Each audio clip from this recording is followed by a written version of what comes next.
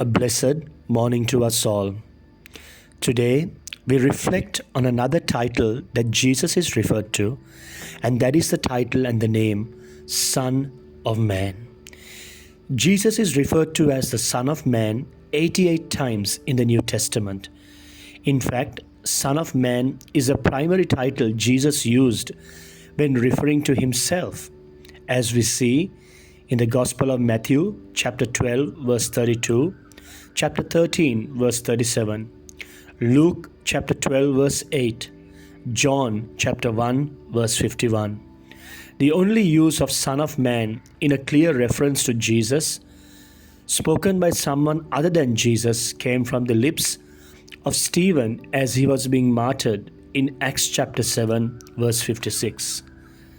Son of Man is a title of Jesus' humanity. Other titles for Christ, such as Son of God, are overt in their focus on his deity. Son of Man, in contrast, focuses on the humanity of Christ. God called the prophet Ezekiel Son of Man 93 times. In this way, God was simply calling Ezekiel a human being. Son of Man is simply a periphrastic term for human. Jesus Christ was truly a human being. He came in the flesh. 1 John 4:2. The Son of Man is not just a title of humanity, but the Son of Man is also a title of humility.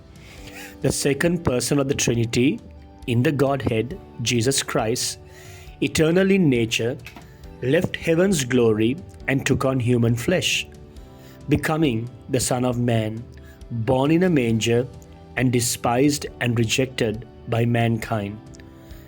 The Son of Man had no place to lay his head. The Son of Man ate and drank with sinners. The Son of Man suffered at the hands of men. This intentional lowering of his status from King of Heaven to Son of Man is the epitome of humility, as we see in Philippians chapter 2, verse 6 to 8. The Son of Man is also a title of deity. Ezekiel may have been a son of man, but Jesus is the Son of Man. As such, Jesus is the supreme example of all that God intended mankind to be, the embodiment of truth and grace. In him, all the fullness of the deity lives in bodily form. For this reason, the Son of Man was able to forgive sins. The Son of Man is Lord of the Sabbath. The Son of Man came to save lives, rise from the dead, and execute judgment. At his trial before the high priest, Jesus said, "I say to all of you, from now on, you will see the Son of Man sitting at the right hand of the Mighty One and coming on the clouds of heaven." Matthew 26, verse 64. This statement immediately ended the trial, as the court accused the Lord of blasphemy and condemned him to death. Finally, the Son of Man is a fulfillment of prophecy. Jesus' claim before the high priest to be the Son of Man was a reference to the prophecy of Daniel 7, verse 13 to 14. "In my vision at night I looked, and there before me was one like a Son of Man. Coming with the clouds of heaven, he approached the Ancient of Days and was led into his presence. He was given authority, glory, and sovereign power. All peoples, nations, and men of every language worshipped him.